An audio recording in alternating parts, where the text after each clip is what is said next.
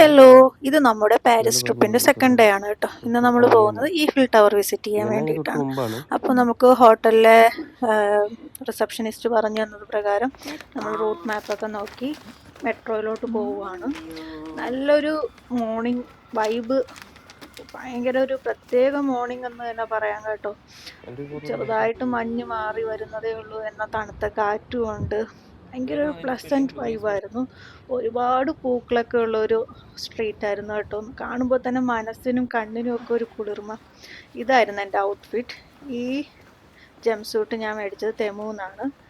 Full sleeve ഉള്ള ഒരു ഉടുപ്പിടാത്തതൊരു മണ്ടത്തരമായി പോയി പുറത്തിറങ്ങിയപ്പോൾ എനിക്ക് തോന്നി. എന്നാലും കുഴപ്പമില്ല, സ്റ്റൈലായിട്ടുണ്ട്, എനിക്കിഷ്ടമായി. അങ്ങനെ ഞങ്ങൾ മെട്രോ എത്തി. ഇനി ഇവിടെ നമുക്ക് ടിക്കറ്റ് എടുത്തിട്ട് ഈഫിൽ ടവറിൻ്റെ അങ്ങോട്ടേക്ക് പോകണം. 30 മിനിറ്റ്സേ ഉള്ളൂ. നമുക്ക് 10 മണിക്കാണ് നമ്മുടെ ടൂർ ഗൈഡ് നമ്മൾ വിസിറ്റ് ചെയ്യാൻ പറഞ്ഞേക്കുന്നത്. അപ്പോൾ നമുക്ക് 10 മണിക്കുള്ളിൽ അവിടെ എത്തണം. അപ്പോൾ ഇവിടുന്ന് നമുക്ക് ഫസ്റ്റ് ടിക്കറ്റ് എടുത്തിട്ട് മെട്രോയിലേക്ക് പോവാം. നമ്മൾ 24 hours എന്ന് പറഞ്ഞാൽ 1 ഡേ ടിക്കറ്റാണ് നമ്മൾ എടുത്തത്. 24 hours അല്ല, 1 ഡേ. നൈറ്റ് 12 o'clock വരെ നമുക്ക് യൂസ് ചെയ്യാൻ പറ്റുന്ന 1 ഡേ ടിക്കറ്റാണ് നമ്മൾ എടുത്തത്. കാരണം നമ്മളിന്ന് നൈറ്റും ഈഫിൽ ടവറിൻ്റെ പരിസരത്തൊക്കെ സ്പെൻഡ് ചെയ്യാനാണ് പ്ലാൻ ചെയ്തേക്കുന്നത്. ഇന്നത്തെ നൈറ്റിനൊരു പ്രത്യേകതയുണ്ട്, അത് ഞാൻ വഴിയേ പറയാം. നമ്മൾ പ്ലാൻ ചെയ്ത് ടിക്കറ്റൊക്കെ എടുത്തു.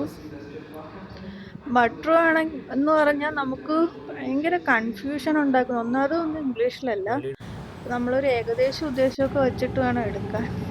ഈ ഒരു മാപ്പ് ഉണ്ടെങ്കിൽ കൂടി നമുക്ക് അതിൽ പുള്ളി മാർക്ക് ചെയ്ത് തന്നേക്കുന്നത് വെച്ചിട്ടാണ് നമ്മളത് മാച്ച് ചെയ്തെടുത്തത്. കാരണം നമുക്ക് വായിച്ച് മനസ്സിലാക്കാൻ അറിയത്തില്ല. അവിടെ നമ്മൾ ആരോടത്തെങ്കിലും ചോദിച്ചാൽ അവർക്ക് ഇംഗ്ലീഷും അറിയത്തില്ല.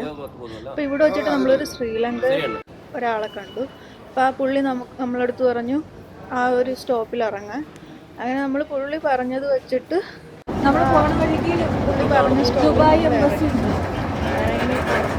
ഇറങ്ങിയപ്പോൾ എൻ്റെ പൊന്നെ, ഞാൻ ആദ്യമായിട്ട് ഈഫിൽ ടവർ കണ്ടു.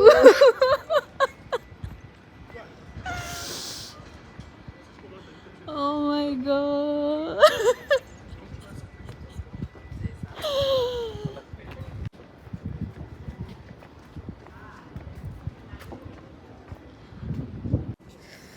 കണ്ണ് നിറഞ്ഞു പോയി എൻ്റെ ഫസ്റ്റ് വ്യൂല്.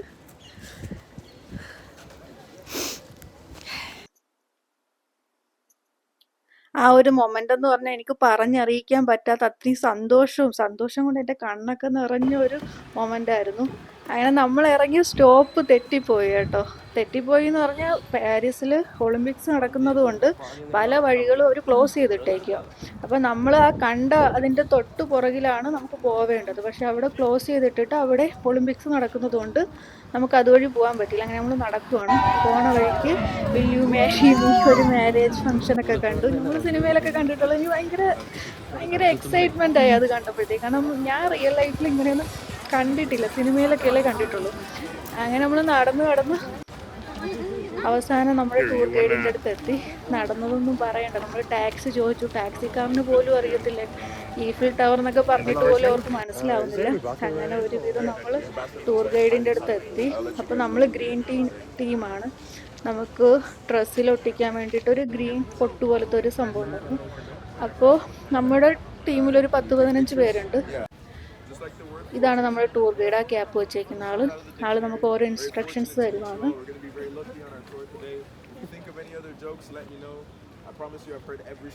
ഭയങ്കര എക്സൈറ്റഡ് ആണ് കേട്ടോ ഞാൻ. പുള്ളിയെ പരിചയപ്പെടുത്തുവാണ്. പുള്ളിയുടെ സ്ഥലം പറഞ്ഞ് ഞാൻ മറന്നുപോയി. അങ്ങനെ നമ്മൾ പുള്ളിയെ ഫോളോ ചെയ്യണം. പുള്ളി ഫ്രണ്ടിൽ നിന്ന് കൈ ഇങ്ങനെ വീശും, അപ്പോൾ പുള്ളിയെ ഫോളോ ചെയ്യുക. സെക്യൂരിറ്റി ചെക്കിംഗ് ഉണ്ട് ഫസ്റ്റ് ഉള്ളിൽ കയറുമ്പോൾ തന്നെ. അപ്പോൾ നമ്മൾ അങ്ങോട്ട് പൊയ്ക്കൊണ്ടിരിക്കുകയാണ്. ഭയങ്കര എക്സൈറ്റഡ് ആണ് കേട്ടോ. കുറേ കുട്ടികളും ബഹളവും. ഇതാണ് നമ്മൾ കുറച്ച് നിയറസ്റ്റ് ആയിട്ട് വരുന്ന ഒരു വ്യൂ. ഞാൻ ഇവിടുന്ന് ഫോട്ടോ ഒക്കെ എടുത്തു, വീഡിയോ എടുത്തു. കാരണം ഈ വഴി ഇനി നമ്മൾ വരത്തില്ല, നമ്മൾ എക്സിറ്റ് ആവുന്ന വേറൊരു വഴി കൂടിയാണ്. എൻ്റെ എക്സൈറ്റ്മെൻറ്റ് എനിക്ക് പറഞ്ഞറിയിക്കാൻ എനിക്ക് പറ്റത്തില്ല, അത്രയും ഞാൻ എക്സൈറ്റഡ് ആണ്. കാരണം കുറേ നാളായി കണ്ടൊരു സ്വപ്നം അത് ഇവിടെ സാക്ഷാത്കരിക്കുന്ന ആ ഒരു മൊമെന്റ് എനിക്ക് വോയിസ് കൊടുക്കുമ്പോൾ പോലും എൻ്റെ ആ ഒരു എക്സൈറ്റ്മെന്റ് എനിക്ക് മാറിയിട്ടില്ല. ഫുള്ള് ഇതിന് ചുറ്റും 4 സൈഡിലും ഒളിമ്പിക്സ് നടക്കുവാണ്. അപ്പോൾ എല്ലാ വഴിയും അവർ ക്ലോസ് ചെയ്ത് വെച്ചേക്കണം. ആകെ ഈ ഒരു വഴി മാത്രമേ ഉള്ളൂ എൻട്രൻസ്. എക്സിറ്റ് വേറൊരു സൈഡാണ്. അപ്പം നമുക്ക് അധികം ദൂരെ പോയി നിന്ന് ഫോട്ടോ എടുക്കാനോ ഈഫിൽ ടവർ കംപ്ലീറ്റ് വരുന്ന രീതിയിൽ നിന്ന് ഫോട്ടോ എടുക്കാനോ ഒന്നുമുള്ള ഫെസിലിറ്റി ഇല്ല. കാരണം ഈ മെയിൻ അട്രാക്ഷനിൽ വെച്ചിട്ടാണ് ഓരോ ഒളിമ്പിക്സ് മത്സരങ്ങളും നടക്കുന്നത്. അപ്പോൾ നമുക്ക് അങ്ങനെ എല്ലായിടത്തും പോകാൻ പറ്റത്തില്ല. ഭയങ്കര റെസ്ട്രിക്ഷൻസ് ആയിരുന്നു നമ്മൾ പോയ ടൈമിൽ. അങ്ങനെ നമ്മൾ അവിടെ നിന്ന് കുറച്ച് വീഡിയോ ഒക്കെ എടുത്തു. ഒരു മഴക്കോള് പോലെ ഉണ്ടായിരുന്നു കേട്ടോ. അത്രയ്ക്ക് നല്ല വെളിച്ചമുള്ളൊരു ക്ലൈമറ്റ് അല്ലായിരുന്നു. എനിക്ക് ഈ ഒരു വ്യൂ ഭയങ്കരമായിട്ട് ഇഷ്ടപ്പെട്ടു കേട്ടോ. ഈ ഇങ്ങനെ ഒരു പോലെ വന്നിട്ട് അവിടെ ഇങ്ങനെ സ്കൈ നല്ല നല്ല ഫോട്ടോ എടുക്കാൻ പറ്റുന്നതും വീഡിയോ എടുക്കാൻ പറ്റുന്നതും ആയിട്ടുള്ള ഇതുണ്ട്. പക്ഷേ എന്ത് ചെയ്യാം, നമ്മൾ പോയ ബാഡ് ലക്കെന്നോ ഗുഡ് ലക്കെന്നോ, ഗുഡ് ലക്ക് എന്ന് പറഞ്ഞാൽ ഒളിമ്പിക്സിൻ്റെ ആ ഒരു ടൈമിൽ നമുക്ക് പോകാൻ പറ്റി. ബാഡ് ലക്ക് എന്ന് വെച്ചാൽ നമുക്ക് എല്ലാം എക്സ്പ്ലോർ ചെയ്യാൻ പറ്റത്തില്ല. കുറച്ച് റെസ്ട്രിക്ഷൻസ് ആയിപ്പോയി. ഭയങ്കര കാറ്റായിരുന്നു കേട്ടോ. എനിക്ക് നല്ല തണുക്കുന്നുണ്ടായിരുന്നു. ഞാൻ ഒരുപാട് നേരം ഈഫിൽ ടവറിൻ്റെ അവിടെ നിന്നിട്ട് വീഡിയോസൊക്കെ എടുക്കാൻ നോക്കി. അത് കഴിഞ്ഞിട്ട് ഗൈഡ് നമുക്ക് വാഷ്റൂമിൽ പോകാൻ വേണ്ടിയിട്ട് നമുക്കൊരു ഇത് പറഞ്ഞു തന്നു. കാരണം ഇതിൻ്റെ ഉള്ളിൽ പോയാൽ നമുക്ക് പെട്ടെന്നൊന്നും വാഷ്റൂമിൽ പോകാൻ പറ്റാത്തതുകൊണ്ട് പോയിട്ട് വരാൻ പറഞ്ഞു. അങ്ങനെ നമ്മൾ അടുത്ത ഗേറ്റിൽ പോവുകയാണ്. 2 സെക്യൂരിറ്റി ചെക്കിങ് ഉണ്ട് കേട്ടോ. ഫസ്റ്റ് നമ്മൾ എൻട്രി ചെയ്യുന്നതും പിന്നെ നമ്മൾ ടിക്കറ്റ് എടുത്തിട്ട് ഒരു ടിക്കറ്റിൻ്റെ പ്രിൻ്റ് ഔട്ട് എടുത്തിട്ട് പോകുന്നതും. കപ്പിൾസ് ഫാമിലി ഒക്കെ ഉണ്ട്, മിക്സഡ് ആണ്. നമ്മുടെ കൂട്ടത്തിൽ നമ്മൾ മാത്രമേ ഉള്ളായിരുന്നു കിഡ്സ്. അപ്പോൾ 40 വർഷങ്ങളായുള്ള ലോകത്തിലെ തന്നെ ഏറ്റവും വലിയ സ്ട്രക്ചറായിട്ടുള്ള ഒരു സംഭവം, താൽക്കാലികമായി നിർമ്മിച്ച ഒരു നിർമ്മിതി, ഒരു രാജ്യത്തിൻ്റെ ഐഡൻറ്റിഫിക്കേഷൻ അല്ലെങ്കിൽ മുഖമുദ്രയായി മാറിയ ചരിത്രം അറിഞ്ഞിട്ട് നമ്മളൊരു സ്ഥലത്ത് വിസിറ്റ് ചെയ്യുമ്പോൾ ഉള്ളൊരു പ്രത്യേകത, ഒരു ഇൻട്രസ്റ്റ് ഒക്കെ കൂടും അല്ലേ. അപ്പോൾ ഈ പ്രണയ നഗരത്തിൽ എനിക്ക് എൻ്റെ ഹസ്ബൻഡുമായിട്ട് എനിക്ക് വിസിറ്റ് ചെയ്യാൻ പറ്റി. അത് തന്നെ ഏറ്റവും വലിയ ഭാഗ്യം എന്ന് പറഞ്ഞാൽ കുട്ടിക്കാലം മുതൽ നമ്മൾ കണ്ട ഒരു സ്വപ്നം ഇവിടെ സാക്ഷാത്കരിക്കുകയാണ്. അപ്പോൾ നമ്മൾ ഈഫിൽ ടവറിലേക്ക് എൻട്രി ചെയ്യുകയാണ്. സെക്യൂരിറ്റി ചെക്കിങ്ങിൽ ലോക്ക്, കത്തി ഇതൊന്നും അലോഡല്ല. ഇതൊന്നും മെറ്റൽ ഐറ്റംസ്, ഇരുമ്പോ ഒന്നും അലോഡല്ല കേട്ടോ. ചിലർ ഈ ലവ് ലോക്കൊക്കെ ആയിട്ട് വരും, അതൊന്നും അലോഡല്ല. എല്ലാവരും എടുത്ത് കളയും. ഇങ്ങനെ നമ്മൾ എൻട്രി ചെയ്യുവാണ്. ഇതാണ് നമ്മുടെ ടിക്കറ്റ് കേട്ടോ. നമുക്ക് റൂഫ് വരെ പോവാൻ, 2nd ഫ്ലോറും റൂഫ് വരെ പോകാനുള്ള ഇതുണ്ട് ടിക്കറ്റിൽ. ഇങ്ങനെ നമ്മൾ ഫസ്റ്റ് സ്റ്റെപ്പ് വെച്ച് പിന്നെ ഇവിടുന്ന് നമ്മൾ ലിഫ്റ്റിൽ 2nd ഫ്ലോർ വരെ പോവും. അപ്പോൾ ഗൈഡ് നമുക്ക് ഓരോ ഇൻസ്ട്രക്ഷൻസ് തരുവാണ് ഈ ഇതിനെ പറ്റിയിട്ട്, ഇതിൻ്റെ സ്ട്രക്ചറിനെ പറ്റിയിട്ട്. അങ്ങനെ ഞാൻ എൻ്റെ ഈഫിൽ ടവറിൽ ടച്ച് ചെയ്തു. ഒരു ഗോൾഡൻ യെല്ലോ കളറായിരുന്നു നമ്മൾ പോയ ടൈമിൽ ഈഫിൽ ടവറിൻ്റെ കളറ്. ഒരു മൊമെൻറ്റ്, മെമ്മറബിൾ മൊമെൻറ്റ് എന്ന് തന്നെ പറയാം കേട്ടോ. സ്വപ്ന സാക്ഷാത്കാരം എന്താ, എനിക്ക് വാക്കുകൾ കിട്ടുന്നില്ല അതിനെ പറ്റിയിട്ട് പറയാൻ വേണ്ടിയിട്ട്. അങ്ങനെ ഗൈഡ് നമുക്ക് ഓരോന്ന് പറഞ്ഞു തരുവാണ് അതിനെ പറ്റിയിട്ട്. ലിഫ്റ്റിൽ കയറിയിട്ട് നമുക്ക് 2nd ഫ്ലോറിൽ പോകണം. ഓരോ ലിഫ്റ്റിനകത്ത് ഓരോ സെക്യൂരിറ്റി ആളുണ്ടാവും. അപ്പം എനിക്ക് വീഡിയോ എടുക്കുമ്പോൾ മറ്റുള്ളവർക്കത് ബുദ്ധിമുട്ടാകരുത് എന്ന് കരുതിയിട്ട്, അതുകൊണ്ടാണ് ചില സൈഡിൽ ക്യാമറ ഇങ്ങനെ ഹൈഡായി പോകുന്നത്. എന്നാലും നമ്മളൊരു ടൂറിസ്റ്റ് സ്ഥലത്ത് പോകുമ്പോൾ അതൊന്നും ഒരു പ്രശ്നമുള്ള കാര്യമല്ല. എല്ലാവരും വീഡിയോസ് എടുക്കുന്നുണ്ടായിരുന്നു. അങ്ങനെ നമ്മൾ മുകളിലേക്ക് പോവുകയാണ്. ഇൻട്രസ്റ്റ് ഇല്ലാത്തവർ ഇവിടെ വന്ന് ഇതിൻ്റെ ഉള്ളിൽ കയറുമ്പോൾ അവർക്ക് ഇത് വെറും ഇരുമ്പ് കൊണ്ട് നിർമ്മിച്ച ഒരു നിർമ്മിതി അത്രേ തോന്നത്തുള്ളൂ. പക്ഷെ നമ്മൾ ഇതിൻ്റെ ചരിത്രം അറിഞ്ഞിട്ട് ഇവിടെ വരുമ്പോൾ നമുക്ക് ഓരോ മൂലയും നമുക്ക് അതിനെ പറ്റിയിട്ട് കൂടുതൽ അറിയുമ്പോൾ ഇൻട്രസ്റ്റ് കൂടി വരും. അപ്പം നമ്മൾ 2nd ഫ്ലോർ ഏകദേശം എത്താറായി. അങ്ങനെ നമ്മൾ മുകളിലേക്ക് പോകുമ്പോൾ നമുക്ക് താഴത്തെ സീൻ നദി, അതിൻ്റെ ചുറ്റുമുള്ള കാഴ്ചകൾ, പാലം എല്ലാം കാണാൻ പറ്റും കേട്ടോ. ഇങ്ങനെ മുകളിലേക്ക് ഇങ്ങനെ ഒരു കുത്തന അല്ല, ഒരു കോൺ ഷേപ്പിനാണ് ഇതിങ്ങനെ കയറി പൊക്കോണ്ടിരിക്കുന്നത്. 2 ടൈപ്പ് വിസിറ്റിംഗ് ടൂറാണുള്ളത്. ഒന്ന് സെക്കൻഡ് ഫ്ലോർ വരെ, ഒന്ന് റൂഫ് വരെ ഉള്ളത്. നമ്മൾ റൂഫ് വരെ ഉള്ളതാണ് എടുത്തത്. എന്തായാലും ഇവിടെ വിസിറ്റ് ചെയ്യുന്നതാണ്, അപ്പോൾ ഫുള്ള് കണ്ടിട്ട് പോകാൻ വേണ്ടിയിട്ട് തന്നെ മുകളിൽ വരെയുള്ള ഇതെടുത്തു. ഗൈഡ് നമുക്ക് സെക്കൻഡ് ഫ്ലോർ വരെ ഉള്ളൂ. റൂഫിലും ഒക്കെ നമ്മൾ പോകുന്നത് സെൽഫായിട്ടാണ്. നമ്മൾ സെക്കൻഡ് ഫ്ലോറിലെ ഒരു വ്യൂ പോയിന്റ്, സെക്കൻഡ് ഫ്ലോറിൽ നിന്ന് തന്നെ പിന്നെ ഒരു സ്റ്റെപ്പ് കയറി നമ്മൾ മുകളിലോട്ട് പോകണം. ഒരു വല്ലാത്തൊരു ഫീല് തന്നെ ആയിരുന്നു കേട്ടോ. കാരണം ഒരുപാട് വീഡിയോസിലൊക്കെ മാത്രം കണ്ടിട്ടുള്ള ഒരു സംഭവം നേരിട്ട് എൻ്റെ കണ്ണുകൾ കൊണ്ട് എനിക്ക് കാണാൻ പറ്റിയ ആ ഒരു ഇത് ഒരുപാട്. ഞാൻ പാരീസിൻ്റെ വ്ളോഗ് ആരിട്ടാലും ഞാൻ അത്രയും ഇൻട്രസ്റ്റോട് കൂടി ഇരുന്ന് കാണും. അപ്പോൾ വണ്ടർ ഫുഡിയൊക്കെ ഇതിനെ പറ്റിയിട്ട് ഒരുപാട് കാര്യങ്ങൾ പറഞ്ഞിട്ടുണ്ട്. അപ്പം ഞാൻ ആര് പാരീസിൽ പോയിട്ട് ഇത് വിസിറ്റ് ചെയ്തിട്ട് അതിൻ്റെ വ്ളോഗ് ഇട്ടാലും, അപ്പം എനിക്ക് ഈ സ്ഥലങ്ങളൊക്കെ എന്ന് പറഞ്ഞാൽ ഞാൻ ഓൾറെഡി വിസിറ്റ് ചെയ്തു. She was a French mathematician. Her work, she focused on elasticity. She calculated. Sorry? Can you show the photo, bro? You want to take a picture? Yeah. No problem. She focused on elasticity. Gotten a lot of suggestions to make up for this, to spell her name out. Fireworks from the top. Does that sound like fun? Does anyone have fireworks with them? Put in a good word, sign a petition? No? Maybe next time. Okay. To make up for this, what they say, color. And what they do is they have a tradition. Every 7 years they repaint the Eiffel Tower. Of course, she's the Iron Lady, and iron loves to rust, so maintenance is very important. They repaint her, and over the years they've gone down kind of the color wheel until they eventually landed on this more Eiffel Tower goldeny brown color. Now when she was yellow, she was known as the big banana. So I'm really glad that they decided to rest on this brown color. Now another question for you guys. You were in charge of building this tower. It's 1,000 foot tall. Construction started in 1887. How many people would you hire for the job to build the Eiffel Tower? 75? No, 40 or 25 people. 25 people to rebuild the tower? No. You're very ambitious. You'd whip them into shape, wouldn't you? No. 12-hour days. 25 people. How many? No, painting for To this paint it, painting. they do get 25 people to paint it. 1,000, around 1,000 people. I think that's reasonable. Well, actually, from construction to finish, they only had 330 workers for the construction of the Eiffel Tower, which I think is very, very impressive, because at the time it started in 1887. This is what a poster would have looked like. അപ്പോൾ നമ്മുടെ പാരീസിന്റെ ഭംഗി തന്നെ തകർത്ത് കളയുമെന്ന് പറഞ്ഞൊരു നിർമ്മിതി പിൽക്കാലത്ത് ആ രാജ്യത്തിന്റെ മുഖമുദ്രയായി മാറിയ കഥയാണ് പുള്ളി പറയുന്നത്. 136 വർഷങ്ങളായി മാനമുട്ടെ തല ഉയർത്തി നിൽക്കുന്ന ആ സുന്ദരി എന്ന് ഞാൻ പറയാൻ കാരണം, നമ്മുടെ ഈഫിൽ ടവറിനെ ഒരു സുന്ദരി കല്യാണം കഴിച്ചിട്ടുണ്ട്. പക്ഷേ ഈഫിൽ ടവർ ലേഡിയും കല്യാണം കഴിച്ച ലേഡി മെയിൽ, അങ്ങനെയാണ് അവർ മാരേജ്.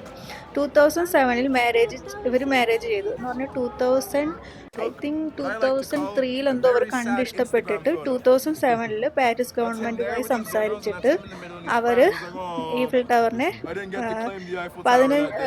മാരേജ് ചെയ്തു. പക്ഷെ 15 വർഷത്തിന് ശേഷം അവർ ഈഫിൽ ടവറിന് ഡിവോഴ്സും ചെയ്തു. അതിൻ്റെ കാരണമെന്ന് പറഞ്ഞാൽ ഒന്ന് ലോങ് ഡിസ്റ്റൻസും, പിന്നെ അവരുടെ പൊസസീവ്നെസ് എന്ന് പറഞ്ഞാൽ ഒരു ദിവസം തന്നെ 10,000-ൽ കൂടുതൽ ആൾക്കാരാണ് ഈഫിൽ ടവർ വിസിറ്റ് ചെയ്യുന്നത്. അപ്പോൾ അത്രയും ആൾക്കാർ തൻ്റെ പ്രണയിനിയെ പ്രണയിക്കുന്നത് ഇഷ്ടമല്ലാത്തത് കൊണ്ട് ഡിവോഴ്സ് ചെയ്തു എന്നാണ് പറയപ്പെടുന്നത്. അങ്ങനെ അതുകൊണ്ട് എനിക്കും ഈഫിൽ ടവർ ഒരു സുന്ദരിയാണ്. എനിക്കത് കാണുമ്പോൾ എൻ്റെ ഒരു പ്രണയ ഒരു ഇതുപോലെയാണ് എനിക്ക് തോന്നുന്നത്. ഈഫിൽ ടവർ ഇല്ലാത്തൊരു പാരീസിനെ പറ്റി ഇപ്പോൾ ആർക്കും ചിന്തിക്കാൻ പോലും കഴിയാത്ത അവസ്ഥയാണ്. അത്രയ്ക്ക് നമ്മുടെ ഈഫിൽ ടവർ ജനമനസ്സുകളിലും ആ രാജ്യത്തിനെ മനസ്സിൽ കയറി കൂടിയിട്ടുണ്ട്. ക്രിസ്തുവിന് മുമ്പ് 3-ാം നൂറ്റാണ്ടിലാണ് പാരീസ് നഗരത്തിന്റെ തുടക്കം കൊണ്ടത്. സീൻ നദിയാൽ ചുറ്റപ്പെട്ട ഒരു കൊച്ചു ദ്വീപായിരുന്നു പാരീസിയ എന്നറിയപ്പെടുന്ന ഒരു ജനസമൂഹം താമസിച്ചിരുന്ന ഈ സ്ഥലം. ആ ജനപദമാണ് പിൽക്കാലത്ത് പാരീസ് എന്നറിയപ്പെടുന്ന ഒരു നഗരമായി മാറിയത്. ഇന്ന് ഈഫിൽ ടവറിനേക്കാൾ ഉയരമുള്ള ഒരുപാട് ടവറുകൾ ലോകത്തുണ്ട്. എന്നാലും ടവർ എന്നൊക്കെ പറയുമ്പോഴത്തേക്കും പെട്ടെന്ന് നമ്മുടെ മനസ്സിൽ ഓടി എത്തുന്നത് ഈഫിൽ ടവർ അല്ലേ. അപ്പൊ ഈഫിൽ ടവറിന്റെ ഡിസൈൻ ചെയ്ത സമയത്ത് ആർക്കിടെക്ട്, ഡിസൈനേഴ്സ്, എൻജിനീയേഴ്സ്, മാത്തമാറ്റീഷ്യൻസ് അങ്ങനെ എല്ലാവരുടെയും പേര് ഇതിന് ചുറ്റും എഴുതി വെച്ചിട്ടുണ്ട്. 4 സൈഡാണ് ഈഫിൽ ടവറിന്റെ ഇതിൽ വരുന്നത്. അതിൽ 18 ആൾക്കാരുടെ പേര് വെച്ച ഒരു സൈഡിൽ, അങ്ങനെ 4 സൈഡിലും കൂടി പേര് ഇവരെല്ലാവരുടെ പേരും കുത്തി വെച്ചിട്ടുണ്ട്. 19-ാം നൂറ്റാണ്ടിൽ ഉണ്ടാക്കിയ ശേഷം 8 തവണയാണ് ഇവിടെ റീപെയിന്റ് ചെയ്തിട്ടുള്ളത്. എവരി 7 ഇയേഴ്സ് റീപെയിന്റ് ചെയ്യും. 3 ഇയേഴ്സ് കൊണ്ട് 25 പെയിന്റേഴ്സ് ആണ് ഇത് ചെയ്യുന്നത്. ഇൻട്രസ്റ്റിംഗ് അല്ലേ? എവരി 7 ഇയേഴ്സ് പെയിന്റും ചെയ്യണം. അതിൽ പെയിന്റിങ് കംപ്ലീറ്റ് ആവാൻ വേണ്ടിയിട്ട് 3 ഇയേഴ്സ് എടുക്കുകയും ചെയ്യും. എൻ്റെ കൗതുകം കൂടി കൂടി വരുന്നു. നമ്മൾ കേട്ടതിനെക്കാട്ടും കൂടുതൽ കഥകൾ കേൾക്കുമ്പോഴത്തേക്ക് ഇൻട്രസ്റ്റിംഗ് കൂടുമല്ലോ, അതുപോലെ. 1889 ഇതൊരു റെഡ് കളർ ആയിരുന്നു. പിന്നെ ഇപ്പം ലാസ്റ്റ് ചെയ്തത് യെല്ലോയിഷ് ഗോൾഡ്. അത് ഈ ഒളിമ്പിക്സിന് വേണ്ടിയിട്ട് ചെയ്ത് 2021 ചെയ്ത് തുടങ്ങിയതാണ്. ഇപ്പോൾ ഒളിമ്പിക്സ് നടക്കുന്ന ഈ സമയത്ത് യെല്ലോയിഷ് ഗോൾഡ് കളറാണ്. ഇപ്പം നമ്മൾ റൂഫിലേക്ക് പോവുകയാണ്. റൂഫിൽ ഉള്ള വ്യൂസ് ആണിത്. അപ്പോൾ പാലം, സീൻ നദി, ഒരുപാട് ബിൽഡിങ്സ്. ഇവിടുന്ന് നോക്കുമ്പോഴത്തേക്കും പാരീസിന്റെ മെയിൻ അട്രാക്ഷൻസ് നമുക്ക് കാണാൻ പറ്റും. പിന്നെ ഈഫിൽ ടവർ പോലെ ഏറ്റവും ഉയരമുള്ള കുറേ നിർമ്മിതികളുടെ വർഷം, അതിൻ്റെ സ്ഥലം എല്ലാം ഇവിടെ വച്ചിട്ടുണ്ട്, ഡിസ്പ്ലേ ചെയ്തിട്ടുണ്ട്. അതിൽ നമുക്ക് ഏറ്റവും ഇൻട്രസ്റ്റിംഗ് ആയിട്ട് തോന്നുന്നത് എന്തായിരിക്കും? നമ്മുടെ ഇന്ത്യയുടെ പേര് ആ ഈഫിൽ ടവറിൽ വരുന്നത്. ഞാൻ അങ്ങനെ അത് ചുറ്റും നോക്കുവാണ്.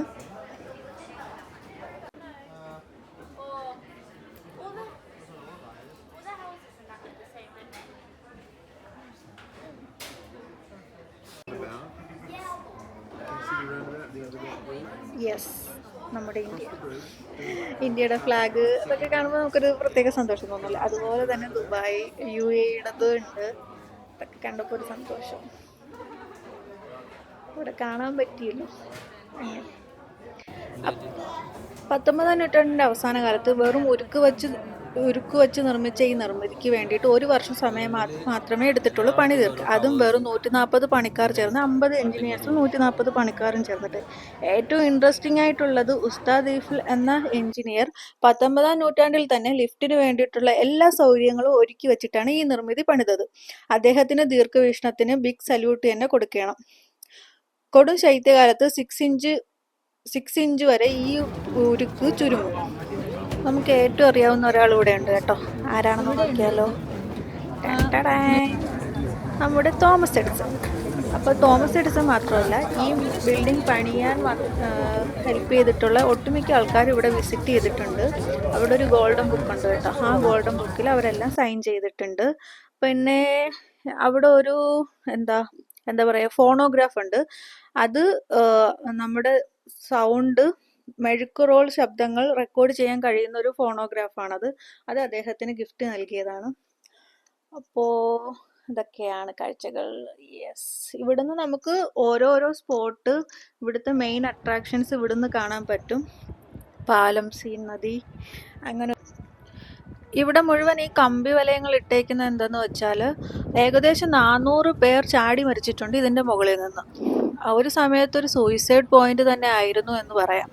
360 ഡിഗ്രി സെൽഷ്യസ് ആംഗിളിലുള്ള എല്ലാ കാഴ്ചകളും നമുക്ക് ഇവിടെ നിന്ന് കാണാൻ കഴിയും. 6-ാം നൂറ്റാണ്ടിലുള്ള കെട്ടിടങ്ങൾ വരെ നമുക്ക് ഇവിടെ നിന്ന് കാണാൻ കഴിയും. അലക്സാണ്ടർ ഗോൾഫ് ഈഫിൽ എന്ന എഞ്ചിനീയറിന്റെ ഭാവനയിൽ വന്നതാണ് ഈ സുന്ദരി. ഉരുക്ക് കൊണ്ടുള്ള പാലങ്ങൾ നിർമ്മിച്ചിട്ടുള്ള എക്സ്പീരിയൻസ് ആണ് ഇതിന്റെ ഇൻസ്പിറേഷൻ. നിർമ്മാണ സമയത്ത് ഈ ടവർ തകർന്നു വീഴും എന്ന് പാരീസ് ജനത ഭയന്നിരുന്നു. അതിനാൽ തന്നെ വലിയ എതിർപ്പുകളാണ് അവർ നേരിട്ടത്. സോമറ്റ് ടോപ്പ് എന്ന ടിക്കറ്റ് ഉപയോഗിച്ചാണ് ഏറ്റവും മുകൾ വരെ നമ്മൾ പോകുന്നതും ഈ വ്യൂസ് ഒക്കെ കാണുന്നതും. €1 ഇതിലിട്ടാൽ നമുക്ക് ഒരു 5 മിനിറ്റ് കറക്റ്റ് ഇല്ല, എന്നാലും നമുക്ക് എത്രയോ സെക്കൻഡ്സ് നമുക്ക് വ്യൂസ് കാണാൻ പറ്റും. അപ്പം ഞാൻ €1 മനുവേട്ടൻ്റെ നിന്ന് മേടിച്ച് ഇതിലിട്ട് നോക്കാൻ പോവുകയാണ്. ആക്ച്വലി ഇത് ഫസ്റ്റ് നമ്മൾ എവിടെയാണോ നോക്കേണ്ടത് അത് ലൊക്കേറ്റ് ചെയ്തിട്ട് വേണം അതിൽ കോയിൻ ഇടാം. അല്ലെങ്കിൽ ആ കോയിൻ ഇട്ട് നമ്മൾ ആ സ്ഥലം ഫോക്കസ് ചെയ്യുമ്പോഴത്തേക്കും ടൈം ഔട്ട് ആവും. അപ്പം ഞാൻ ഇങ്ങനെ നമ്മുടെ ഒളിമ്പിക്സ് നടക്കുന്നത് നോക്കുവാണ്. 4 സൈഡിൽ ഒളിമ്പിക്സ് നടക്കുന്നതുകൊണ്ട് ഭയങ്കര സൗണ്ടാണ് കേട്ടോ. എന്ന് പറഞ്ഞാൽ ആ ഒളിമ്പിക്സിന്റെ ഒരു ആർപ്പുവിളി, ആഹ്ലാദം, കയ്യടി ഭയങ്കര നമ്മൾ എത്ര ദൂരത്ത് നിന്നാലും ആ സൗണ്ട് ഇങ്ങനെ കേട്ടിട്ടേ ഇരിക്കും. അങ്ങനെ €1 ടൈം കഴിയാറായി. പാവം മനോട്ട് നോക്കിയപ്പോഴത്തേക്ക് അതിന്റെ സമയം കഴിഞ്ഞു കേട്ടോ. ഞാൻ വെറുതെ എനിക്ക് അറിയില്ലായിരുന്നു അതിന്റെ സമയം കഴിയുമ്പോഴത്തേക്കും സമയം കഴിഞ്ഞു കേട്ടോ. പിന്നെ ഇതിന്റെ ഉള്ളിൽ തന്നെ വാഷ്റൂം ഉണ്ട്. പിന്നെ ഒരു മിനി ഈഫിൽ ടവറിന്റെ ഒരു ഇത് ഉണ്ടാക്കി വെച്ചിട്ടുണ്ട്. നല്ല രസമുണ്ട് കാണാൻ. നല്ല ആ ഒരുപാട് നമുക്ക് ഇങ്ങനെ ചുറ്റും നടന്ന് കാണാനും എൻജിനീയേഴ്സിൻ്റെത് വർഷം എല്ലാം അവിടെ എഴുതി വെച്ചിട്ടുണ്ട്. ഡീറ്റെയിൽ ആയിട്ട് എല്ലാം എഴുതി വെച്ചിട്ടുണ്ട്. അപ്പം നമുക്കിങ്ങനെ ചുറ്റും നടന്ന് കാണാൻ വേണ്ടിയിട്ട് കുറേ സംഭവങ്ങളുണ്ട്. ലോകത്തിൽ ഒരു നൂറ്റാണ്ടിൽ ഏറ്റവും കൂടുതൽ ആൾക്കാർ സന്ദർശിച്ചിട്ടുള്ള ഒരു ലാൻഡ്മാർക്കാണ് നമ്മുടെ ഈഫിൽ. 1889 പാരീസിൽ നടക്കുന്ന എക്സ്പോയിലേക്ക് വേണ്ടിയിട്ട് ഫ്രഞ്ച് ഗവൺമെന്റ് ഒരുപാട് മീറ്റിംഗ്സ് സംഘടിപ്പിച്ചു. അതിലേക്ക് 700ഓളം ഡിസൈൻസ് ആണ് വന്നത്. അതിൽ നിന്നും ഗൾഫ് ഈഫിൽ നൽകിയ ഈഫിൽ ടവറിന്റെ ഡിസൈൻ ആണ് തിരഞ്ഞെടുക്കപ്പെട്ടത്. പിന്നീട് ഒരു ചരിത്ര നിമിഷത്തിലേക്കാണ് ഫ്രാൻസിലെ പാരീസ് സാക്ഷ്യം വഹിച്ചത്. പാരീസിന്റെ ക്ലാസിക് സൗന്ദര്യത്തെ ഈഫിൽ ടവർ ബാധിക്കുമെന്ന് നിർമ്മാണ ചിലവ് വഹിക്കാൻ പറ്റില്ല എന്നൊക്കെ പലവിധം അഭിപ്രായ ഭിന്നതകളാണ് ഈഫിൽ ടവർ നേരിട്ടത്. അപ്പോൾ ഇതിന്റെ എഞ്ചിനീയർ അവരുടെ കമ്പനി തന്നെ ഫുൾ ചെലവ് വഹിക്കാൻ പകരം വരുന്ന 20 വർഷത്തെ വരുമാനം അവർക്ക് നൽകണമെന്നായിരുന്നു കരാർ. അതിനുശേഷം ഇതിൽ നിങ്ങളിത് പൊളിച്ചു മാറ്റിക്കോളൂ എന്ന് പറഞ്ഞ ഒരു സംഭവം പിൽക്കാലത്ത് പാരീസ് നഗരത്തിന്റെ ഏറ്റവും വലിയൊരു മുഖമുദ്രയും വരുമാന മാർഗവുമായി മാറിയ കഥയാണ് ഈഫിൽ ടവറിന് പറയുന്നത്. ഇപ്പോൾ പാരീസ് നഗരത്തിന്റെ ഒരു പ്രധാനപ്പെട്ട ടൂറിസ്റ്റ് സ്പോട്ടും ഏറ്റവും വരുമാനം നൽകുന്നതുമായ ഒരു സംഭവമായി മാറിക്കഴിഞ്ഞിരിക്കുകയാണ് നമ്മുടെ ഈ സുന്ദരി. പിന്നെ ഇവിടെ നമുക്ക് ഈഫിൽ ടവറിന്റെ ഒരുപാട് ചെറിയ ചെറിയ രൂപങ്ങളും ഫ്രിഡ്ജ് മാഗ്നറ്റ് അങ്ങനെ ഒരുപാട് സംഭവങ്ങളുണ്ട്. നല്ല ക്വാളിറ്റിയുള്ള സാധനങ്ങൾ. എന്നോട് ഒരുപാട് ഇവിടെ വന്നിട്ടുള്ള ഒരുപാട് പേര് പറഞ്ഞത് ഞാൻ കണ്ടിട്ടുള്ളതും ഇവിടെ നിന്നൊന്നും മേടിക്കുന്നത് അത്ര നമ്മുടെ കുറച്ച് കോസ്റ്റ്ലിയാണ്. പുറത്ത് ഔട്ട്സൈഡ് ഷോപ്പിൽ കിട്ടുന്നത് ഇതിനെക്കാട്ടിയും വില കുറച്ചിട്ടാണെന്ന്. പക്ഷേ എനിക്ക് ഈഫിൽ ടവറിൻ്റെ ഒരു ചെറിയ രൂപം ഇവിടുന്ന് മേടിക്കണമെന്നുണ്ടായിരുന്നു. അപ്പോൾ ഇവിടെ കോസ്റ്റ്ലി ആണ്, പുറത്ത് ഇതിനെക്കാട്ടി റേറ്റ് കുറവാണെന്ന് പറഞ്ഞത് കൊണ്ട് ഞങ്ങൾ അവിടുന്ന് മേടിച്ചില്ല. പക്ഷെ അതൊരു മണ്ടത്തരായിപ്പോയി. കാരണം പുറത്ത് നമ്മൾ മേടിക്കുന്ന ഇത്രയും ക്വാളിറ്റി ഇല്ല. അപ്പോൾ നമ്മൾ ഇനി ഇവിടെ വിസിറ്റ് ചെയ്യോ ഇല്ലയോ എന്നൊന്നും അറിയത്തില്ലല്ലോ. അപ്പോൾ നമുക്ക് എന്നും ഒരു ഓർമ്മയ്ക്ക് വേണ്ടിയിട്ട് അത്രയും നല്ല ഒരു ഇത് വെക്കണമെന്ന് തോന്നിയായിരുന്നു. അപ്പോൾ നമ്മളൊരു കോഫി ഷോപ്പിൽ പോയിട്ട് രാവിലെ ഇറങ്ങിയതല്ല, 5:30 എഴുന്നേറ്റിട്ട് 10 മണിക്ക് അവിടെ എത്താൻ വേണ്ടിയിട്ട് ചില്ലറയും ചിഷ്ടമല്ല ഓടിയത്. അപ്പോൾ നല്ല വിശക്കുന്നുണ്ടായിരുന്നു. അപ്പോൾ ഇവിടെ എഴുതി വെച്ചിട്ടുള്ളതൊന്നും മനസ്സിലാവുന്നില്ല. വെജ് നോൺ വെജ് സെപ്പറേറ്റ് ചെയ്തിട്ടുണ്ട്, റെഡും ഗ്രീനും വെച്ചിട്ട്. പക്ഷേ മനുവട്ടം ബീഫ് കഴിക്കാത്തതുകൊണ്ട് അത് ചിക്കനാണോ ബീഫാണോ എന്ന് അറിയാത്തതുകൊണ്ട് മനുവട്ടെ അങ്ങനത്തെ ഒന്നും എടുത്തില്ല. കേക്കാണ് മേടിച്ചത്. ഞാനൊരു സാൻഡ്വിച്ച് പോലത്തെ ചീസി സംഭവം, പേര് പോലും വായിക്കാൻ പറ്റുന്നില്ല. അത് കണ്ടു, എനിക്ക് ഇഷ്ടപ്പെട്ടു, ഞാൻ മേടിച്ചു. അത്രേ അറിയാവൂ.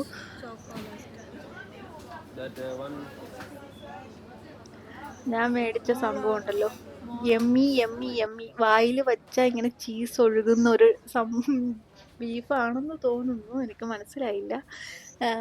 നല്ലൊരു യമ്മി യമ്മി യമ്മി.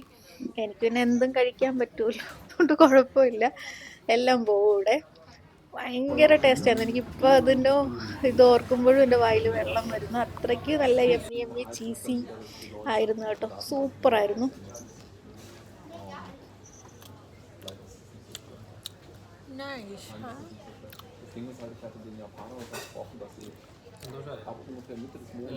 പിന്നെ മനുവട്ടം മേടിച്ച കേക്ക് എല്ലാം ഞാൻ ടേസ്റ്റ് ചെയ്തു. പിന്നെ നമ്മൾ കോഫി മേടിച്ചിട്ടുണ്ടായിരുന്നു. കോഫി €4. ആ കപ്പ് തിരിച്ചു കൊടുത്താൽ നമുക്ക് €2 തിരിച്ചു കിട്ടും കേട്ടോ. അപ്പോൾ നമ്മളതിൽ ഒരു കപ്പ് റിട്ടേൺ ചെയ്തു, €2 എടുത്തു. ഒരു കപ്പ് നമ്മൾ ഇവിടെ കൊണ്ടുവന്ന് ഓർമ്മയ്ക്ക് വേണ്ടിയിട്ട്. പിന്നെ ഒരു സംഭവം ഇൻട്രസ്റ്റിംഗ്, ഹസ്ബൻഡ് വൈഫ്, ഒരു കുട്ടി, പിന്നെ 2 കുട്ടി. അങ്ങനെ നമ്മൾ ഓരോ ഇയറിലല്ല, ഇങ്ങനെ നെക്സ്റ്റ് ടൈം വിസിറ്റ് ചെയ്യുമ്പോഴത്തേക്ക് നമ്മുടെ ഫാമിലി ഇങ്ങനെ കൂടി വരുന്ന ഒരു രൂപം. എനിക്കത് ഇഷ്ടപ്പെട്ടു. അപ്പോൾ ഞാൻ മുന്നോട്ടിൻ്റെ അടുത്ത് പറയുമായിരുന്നു നമ്മളിങ്ങനെ വരണം. അപ്പോൾ നമ്മൾ സിംഗിളായിട്ടല്ല കപ്പിൾസായിട്ട് വന്നു. ഇനി നെക്സ്റ്റ് ടൈം കുട്ടിയായിട്ട് വരണം. അങ്ങനെ ഓരോ തവണ ഓരോ കുട്ടിയാകുമ്പോഴത്തേക്ക് ഇങ്ങനെ വരണം, അങ്ങനെയൊക്കെ ഞാൻ പറയുമായിരുന്നു. ഒളിമ്പിക്സിൻ്റെ സൗണ്ട് രക്ഷയില്ലായിരുന്നു കേട്ടോ, അൺസൈക്കബിളായിരുന്നു. പിന്നെ നമ്മളിവിടെ ഒരു ഫോട്ടോ എടുക്കുന്ന സംഭവമുണ്ട്. 10 സെക്കൻഡിൽ ഫോട്ടോ ക്ലിക്കാവും. അതിന് 10 യൂറോ. അത് നഷ്ടം. അത്രയ്ക്ക് കൊള്ളത്തുമില്ല, നഷ്ടമാണത്. 10 യൂറോയ്ക്കൊക്കെ ആ ഫോട്ടോ എടുക്കുന്നത് നഷ്ടം. പിന്നെ ഇവിടെ നമ്മൾ താഴോട്ട് പോയിട്ട് ഗ്ലാസ് ബ്രിഡ്ജ് ഉണ്ട്. അപ്പോൾ നമ്മൾ അതിൽ കൂടെ ഇങ്ങനെ നടക്കുമ്പോൾ താഴത്ത് കാണുന്ന സംഭവം ഉണ്ടല്ലോ, അത് ഒരു ഇൻട്രസ്റ്റ് ഇല്ലാത്ത ആൾക്കാർ വരുമ്പോഴത്തേക്കും അവർക്ക് തോന്നുന്നത് എന്താ, ഇത് വെറും ഇരുമ്പ് വെച്ച് നിർമ്മിച്ചിട്ടുള്ള ഒരു നിർമ്മിതി. പക്ഷെ അതിൻ്റെ ഓരോ ഇരുമ്പിനും പറയാൻ ഓരോ കഥകളുണ്ട്. എന്ന് പറഞ്ഞാൽ അവർ പണ്ട് ഫേസ് ചെയ്തിട്ടുള്ള ഓരോ കഥകൾ, ഓരോ എന്താ ഡിഫിക്കൽട്ടീസൊക്കെ. ഇവിടെ ഒരു ചെറിയ കോഫി ഷോപ്പ് പോലെയുണ്ട്. അവിടെ ഇരുന്നിട്ട് നമുക്ക് റിലാക്സ് ചെയ്തിട്ട് കഴിക്കാം. അങ്ങനത്തെ ഒരു സെറ്റപ്പ്. ഭയങ്കര ഓപ്പൺ ആയിട്ടുള്ളൊരു ഏരിയ, ഭയങ്കര എയറൊക്കെയുള്ള നല്ലൊരിത് പ്ലേസ്. ഇത് ഗ്ലാസ് ബ്രിഡ്ജ്. താഴെ ഇങ്ങനെ ഉറുമ്പ് കണക്ക് ആൾക്കാരിക്കുന്നുണ്ടോ. സ്കെയറിങ് ഒന്നുമല്ല, നോർമലായിട്ടുള്ള. 4 ചുറ്റിനും ഉണ്ട് ഇങ്ങനെ ഗ്ലാസിൻ്റെ ഇത്. നമുക്ക് എവിടെ വേണമെങ്കിലും ആൾ കുറവുള്ളിടത്ത് പോയിട്ട് നടക്കും. ഇതുണ്ട് ഈ കുളം പോലത്തെ ഒരു സംഭവം. നമ്മൾ എക്സിറ്റ് ചെയ്തിട്ട് അങ്ങോട്ട് പോകണമെന്നാണ് വിചാരിക്കുന്നത്. ഒളിമ്പിക്സിൻ്റെ ചിഹ്നമൊക്കെ വെച്ചിട്ടുണ്ട് ഇവിടെ. അത് നമ്മൾ വേറൊരു ഫേസിൽ പുറത്ത് നോക്കുമ്പോഴത്തേക്ക് ആ ഒളിമ്പിക്സിൻ്റെ ചിഹ്നം ഇതാണ് കാണുന്നത്. മെട്രോയിലൊക്കെ പോകുമ്പോഴത്തേക്ക് കാണാൻ പറ്റും. പിന്നെ ഇതിന് ചുറ്റും ഇതിനെ പറ്റിയിട്ട് ഈ ഇപ്പം നമ്മൾ കണ്ട സ്റ്റേഡിയത്തിനെ പറ്റിയിട്ട് അവിടെ എഴുതി വച്ചേക്കുന്നത്. ലിഫ്റ്റ് ഇറങ്ങി വരുന്നത്, ഒളിമ്പിക്സിൻ്റെ ആ ചിഹ്നം. അത് നമ്മൾ പുറത്ത് നോക്കുമ്പോഴത്തേക്കും വേറൊരു ഭംഗിയാണ് കാണാൻ. ഇത് ഇപ്പോൾ ഉള്ളിൽ നിന്ന് നോക്കുമ്പോഴത്തേക്കും ഇങ്ങനെ കാണാൻ പറ്റുന്നുള്ളൂ. പിന്നെ ആ സ്റ്റെയർ ഉണ്ടല്ലോ, മുമ്പുണ്ടായിരുന്ന, നമ്മൾ ലിഫ്റ്റ് വഴി പോകുന്ന ടൂറും എടുക്കും. ചില ആൾക്കാർ നടന്നും പോവും. അപ്പോൾ പണ്ട് ഇങ്ങനെ നടന്നാണ് പൊയ്ക്കൊണ്ടിരുന്നത്. ഇപ്പോൾ കൂടുതൽ ആൾക്കാരും ലിഫ്റ്റാണ് യൂസ് ചെയ്യുന്നത്. പിന്നെ 2 ടൈപ്പ് ടൂറുണ്ട്. 2nd ഫ്ലോർ വരെ പോകുന്നത്, റൂഫ് ടോപ്പ് വരെ പോകുന്നത്. അപ്പോൾ 200ഓളം സ്റ്റെപ്പോ എന്തോ ഉണ്ട്, എനിക്ക് എക്സാക്ട്ലി അറിയത്തില്ല. അപ്പോൾ അതിനെ പറ്റിയിട്ടൊക്കെ ഇവിടെ എഴുതി വച്ചേക്കുകയാണ്.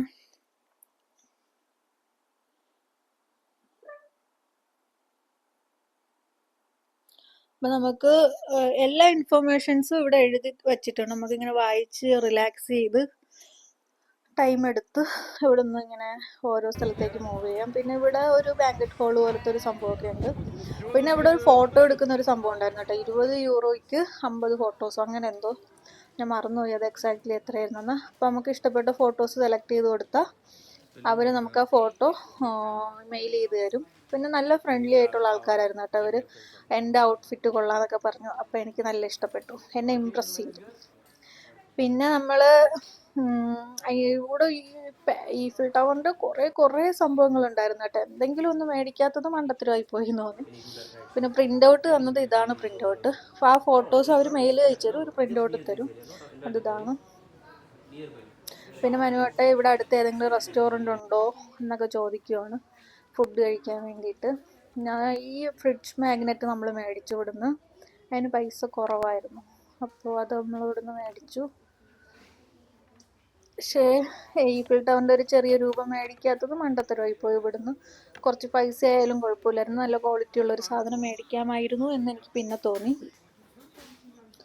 പിന്നെ ഇവിടെ കുറേ സംഭവങ്ങൾ, കീ ചെയിന് നമ്മൾ അട്രാക്ട് ചെയ്യുന്ന പല സംഭവങ്ങളുണ്ട് കേട്ടോ. ഇതൊക്കെ എനിക്ക് ഒരുപാട് ഇഷ്ടപ്പെട്ടു.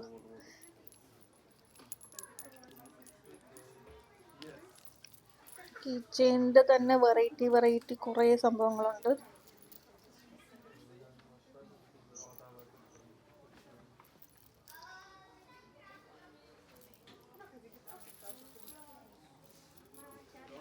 പിന്നെ മനുവേട്ടനൊരു ലൈറ്റർ ഇഷ്ടപ്പെട്ടായിരുന്നു. പക്ഷെ ലൈറ്റർ നമുക്ക് ഫ്ലൈറ്റിൽ കൊണ്ടുപോകാൻ പറ്റത്തില്ല. അതുകൊണ്ട് ഞാൻ മനുവേട്ടനല്ല. ഇത് ഫ്ലൈറ്റ് കയറ്റൂലല്ലോ. പിന്നെ യൂറോയുടെയൊക്കെ ചെറിയ ഇതുണ്ടായിരുന്നു, ഡെമോ. കുറേ സംഭവങ്ങളുണ്ട് കേട്ടോ. പാരീസിൻ്റെ ഈഫിൽ ടവറിൻ്റെ എല്ലാ കീ ചെയിൻ, പിന്നെ ഫ്രിഡ്ജ് മാഗ്നറ്റ്, അങ്ങനെ കുറേ സംഭവങ്ങളുണ്ടായിരുന്നു. അങ്ങനെ നമ്മൾ അവിടെ നിന്ന് എക്സിറ്റ് ഇറങ്ങുമ്പോൾ ഉള്ള വ്യൂ ഇതാണ്. അപ്പോൾ നമ്മൾ വൺസ് ഇവിടുന്ന് എക്സിറ്റായി പോയാൽ പിന്നെ നമുക്ക് ഇങ്ങോട്ട് വരാൻ പറ്റത്തില്ല. കാരണം നമ്മൾ ഫസ്റ്റ് വന്ന് സെക്യൂരിറ്റി ഗേറ്റൊക്കെ ക്രോസ് ചെയ്തിട്ടാണല്ലോ. ഞാൻ പറഞ്ഞില്ല, ആ ഉള്ളിൽ നിന്ന് കാണുന്ന ഒളിമ്പിക്സിൻ്റെ ചിഹ്നം അത് ഇതാണ്. നമ്മളിങ്ങനെ മെട്രോയിലൊക്കെ പോകുമ്പോഴത്തേക്കും കാണുന്ന ആ ഒരു ഭാഗം ഇതാണ്. ഞാനിവിടെ കുറേ നേരം ഇരുന്നിട്ട് ഈഫിൽ ടവറിന്റെ ഭംഗി ഇങ്ങനെ ആസ്വദിക്കുമായിരുന്നു. ഇത്രയും ക്ലോസ് ആയിട്ട് ഇനി നമ്മൾ ഇവിടുന്ന് പോയി കഴിഞ്ഞാൽ പിന്നെ നമുക്ക് ഇത്രയും ക്ലോസ് ആയിട്ട് പിന്നെ വരാൻ പറ്റത്തില്ല. ദൂരെ നിന്നിട്ടുള്ള വിഷ്വൽസേ കിട്ടത്തുള്ളൂ. അപ്പോൾ ഞാൻ കുറേ നേരം അവിടെ സ്പെൻഡ് ചെയ്തു. സ്കൈ ഭയങ്കര ഡിമ്മായിരുന്നു, വെളിച്ചം കുറവായിരുന്നു, ഒരു മഴക്കോള് പോലെ ഉണ്ടായിരുന്നു. ഇനി നമ്മൾ പോയി റൂമിൽ പോയി ഫ്രഷ് ആയിട്ട് നമ്മൾ വീണ്ടും ഇവിടെ വരുന്നുണ്ട്. ഇന്നത്തെ നൈറ്റിനൊരു പ്രത്യേകത ഉണ്ടെന്ന് പറഞ്ഞല്ലോ, അതിന് വേണ്ടിയിട്ട് നമ്മൾ പിന്നും വരുന്നുണ്ട്. കുറേ കുട്ടികൾ ഈ പ്രാവുമായിട്ടൊക്കെ കളിക്കുന്നൊക്കെ ഉണ്ടായിരുന്നു, നല്ല രസമുണ്ടായിരുന്നു കാണാൻ. 6 അടിച്ചൊക്കെയാണ് കളയുന്നത്. ഒരു പ്രാവ് എന്ന് പറഞ്ഞാൽ ഭയങ്കര ഫ്രണ്ട്ലി ബേർഡാണല്ലോ. അപ്പം നമ്മൾ എത്രത്തോളം അതിനോട് അടുക്കുന്നു അത്രത്തോളം അത് നമ്മളുമായിട്ട് ക്ലോസ് ആവും. അപ്പം എൻ്റെ കയ്യിൽ ആൽമണ്ട്സ് ഉണ്ടായിരുന്നു. ഞാൻ അത് വെച്ചിട്ട് ഇങ്ങനെ പ്രാവിനെ അട്രാക്റ്റ് ചെയ്യുവാണ്. പക്ഷെ കൊത്തുമെന്ന് എനിക്ക് നല്ല പേടിയുണ്ടായിരുന്നു. കയ്യിൽ കൊത്തു.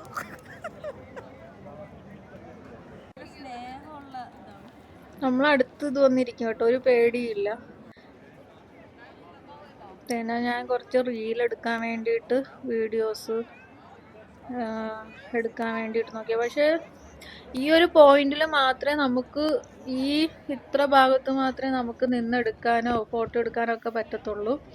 കാരണം പിന്നീട് ബാക്കി എല്ലായിടും അവർ ക്ലോസ് ചെയ്ത് വെച്ചേക്കുക. ഫോട്ടോ എടുക്കാൻ പറ്റുന്ന ഒരുപാട് സ്ഥലങ്ങളുണ്ട്, പക്ഷെ എല്ലാവരും ക്ലോസ് ചെയ്ത് വെച്ചേക്കുക. കാരണം ഒളിമ്പിക്സ് കിടക്കുന്നത് കൊണ്ട് ഇതിൻ്റെ ചുറ്റുപറ്റിയിട്ട് കുറേ അട്രാക്റ്റീവ് വ്യൂ പോയിന്റ് വരുന്നിടത്ത് ഒളിമ്പിക്സിൻ്റെ ഇത് നടക്കുന്നുണ്ടായിരുന്നു, മത്സരങ്ങളപ്പോൾ എല്ലായിടും ക്ലോസ് ചെയ്ത് വെച്ചേക്കുമായിരുന്നു. കുറച്ച് റീൽസ് എടുക്കാൻ വേണ്ടിയിട്ട് ഇങ്ങനെ നടന്നുകൊണ്ട് ഈഫിൽ ടവർ കാണുന്നത്. ഫോട്ടോ ഒക്കെ എടുക്കാൻ ഭയങ്കര മുഷ്കിലാണ്. കാരണം ഒരു ഫ്രെയിമിൽ നമ്മൾ ഒറ്റയ്ക്കുള്ള ഒരു ഇതൊന്നും കിട്ടത്തില്ല, ഒരു ക്രൗഡ് അങ്ങനെയൊക്കെ കിട്ടത്തുള്ളൂ. പിന്നെ ഒന്നത് ലൈറ്റും ഇല്ല, ആകെ കഷ്ടമായിരുന്നു.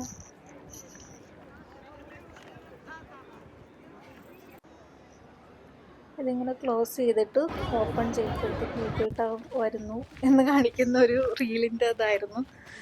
പിന്നെ നമ്മൾ അവിടുന്ന് നേരത്തെ ഒരു കുളം കണ്ടല്ലോ, അതിൻ്റെ ചുറ്റും അങ്ങോട്ട് പൊയ്ക്കൊണ്ടിരിക്കുവാണ്. അപ്പോൾ നല്ല ഒരു കാട് പൂക്കളൊക്കെ ഉള്ള ഒരു സ്ഥലം. ഈ ചെടിയൊക്കെ കണ്ടപ്പോൾ പ്ലാസ്റ്റിക് ആണെന്ന് തോന്നുന്നു, പക്ഷെ ഒറിജിനലാണ്. നമ്മളെ ബാൽക്കണിയിൽ പ്ലാസ്റ്റിക് ഒരു സാധനം ഇട്ടിട്ടില്ലേ, അതിന്റെ ഒറിജിനൽ അല്ലേ ഇത്?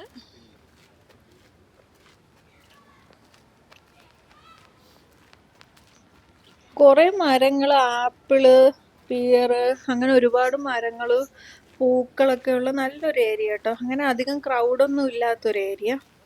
പിന്നെ ഒരു വെള്ളച്ചാട്ടം, അതൊക്കെ ക്രിയേറ്റ് ചെയ്ത് വെച്ചേക്കുന്നുണ്ട്, പക്ഷെ നല്ല രസമുണ്ടായിരുന്നു കാണാൻ.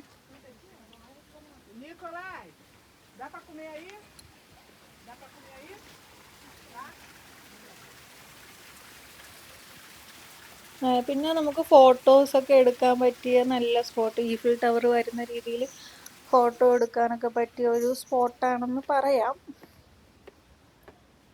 പിന്നെ ഭയങ്കര തണുപ്പായിരുന്നു കേട്ടോ ഇവിടെ.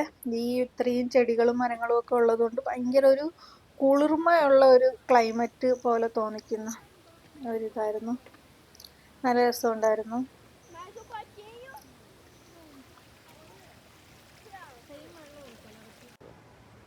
വേറൊരു ഫോട്ടോ വ്യൂ പോയിന്റ് ഉണ്ട് ഇവിടെ. പിന്നെ ഇവിടെ ഒരു വലിയ മരമുണ്ട്, അതിനെ പറ്റിയിട്ട് അവിടെ എഴുതിയൊക്കെ വെച്ചിട്ടുണ്ട്, എത്രയോ വർഷങ്ങളായിട്ടുള്ള ഒരു മരമാണെന്നൊക്കെ. നമുക്ക് പല പല ആംഗിളിൽ നിന്നുള്ള ഇത് കിട്ടും. ഈ കുളത്തിൽ താറാവും ഉണ്ട്, ശരിക്കും മീനുണ്ട് കേട്ടോ, പക്ഷെ വൃത്തിയില്ല, നല്ല കൊതുകുണ്ട് അവിടെ. മഴ ഇപ്പോൾ അടിക്കടി പെയ്യുന്നത് കൊണ്ടാവാം അങ്ങനെ വെള്ളം കിടക്കുന്നതെന്ന് തോന്നുന്നു. പിന്നെ നമുക്ക് ഇവിടെ എല്ലായിടത്തും പബ്ലിക് വാട്ടർ കിട്ടും, നമുക്കത് കുടിക്കാൻ പറ്റുന്ന രീതിയിലുള്ള വാട്ടർ. നമ്മളതിൽ ബോട്ടിലുണ്ടായിരുന്നു, അപ്പോൾ നമ്മളതിൽ വാട്ടർ എടുത്തു. പിന്നെ ഫ്രൂട്ട്സ് ഫ്രൂട്ട്സ് ആണോ കഴിക്കാൻ പറ്റുന്നതാണോ എന്നൊന്നും അറിയത്തില്ല, ഇങ്ങനെ കൊല മുന്തിരി കൊല പോലെ ഇങ്ങനെ കൊലച്ച് കിടക്കുന്ന റെഡ് ബെറീസ് പോലെയൊക്കെ തോന്നിക്കുന്ന ഫ്രൂട്ട്സ്. എനിക്ക് ഇങ്ങനെ മരത്തിൽ ഇങ്ങനെ ഫ്രൂട്ട്സ് നിൽക്കുന്നത്, ചെടി നിറയെ പൂക്കൾ നിൽക്കുന്നത് എൻ്റെ കണ്ണിനെ അട്രാക്റ്റ് ചെയ്യുന്ന അതൊക്കെയാണ്. എനിക്ക് മനസ്സിനും കണ്ണിനും ഒക്കെ കുളിർമ വരുന്നത് അങ്ങനെ പ്രകൃതിയുടെ ആ ഒരു ഭംഗി എനിക്ക് ഭയങ്കര ഇഷ്ടമാണത്. അതിങ്ങനെ മരത്തിൽ നിന്നൊക്കെ ഡയറക്റ്റ് ഫ്രൂട്ട് പറിച്ച് കഴിക്കുന്നത്, അതൊക്കെയാണ് എൻ്റെ സന്തോഷം. പിന്നെ മേപ്പിൾ മരത്തിൻ്റെ ഇല, മേപ്പിൾ മരങ്ങൾ ഇലകൾ കൊഴിച്ചു എന്നൊക്കെ പറയൂലേ, ആ ഒരു ഇല ഞാൻ എടുത്ത് എനിക്ക് എന്നും സൂക്ഷിച്ചു വെക്കാൻ വേണ്ടിയിട്ട് ഞാൻ അവിടെ നിന്ന് എടുത്തത്. പിന്നെ മനോട്ട് ഈ താറാവിനെ ഫോക്കസ് ചെയ്ത് ഫോട്ടോ എടുക്കുകയാണ്. ഇത് കണ്ടോ, ഈ ബ്ലാക്ക് ഫുള്ള് ഫിഷാണ്, വലിയ വലിയ മീനുകൾ. പക്ഷെ ഒരു പായൽ പിടിച്ച് അങ്ങനത്തെ ഒരു വെള്ളം. കൊതുകും ഉണ്ട് കേട്ടോ അവിടെ.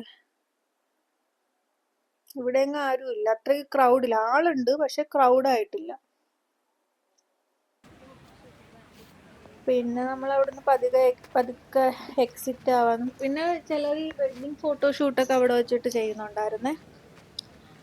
ഞങ്ങളെ കയ്യിൽ ക്യാമറ ഉണ്ടായിരുന്നു.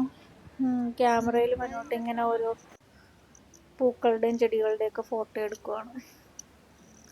പല പല ടൈപ്പ് പൂക്കൾ. അങ്ങനെ നമ്മൾ ഇവിടുന്ന് എക്സിറ്റ് ആയപ്പോഴത്തേക്കും പുറത്ത് എന്തോ ഒരു പരിപാടി, പാട്ടും ഡാൻസും.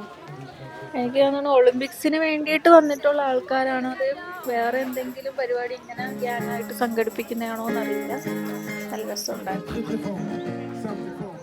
മുഖത്തൊക്കെ എന്തൊക്കെയോ വരച്ചൊക്കെ വെച്ചിട്ടുണ്ടത്. ഞാനിങ്ങനെ അത് എടുക്കാൻ വേണ്ടിയിട്ട് ചെന്നപ്പോഴേക്കും ഒരു മുഖം മാറ്റിക്കളഞ്ഞു. ചമ്മിപ്പോയില്ലോ.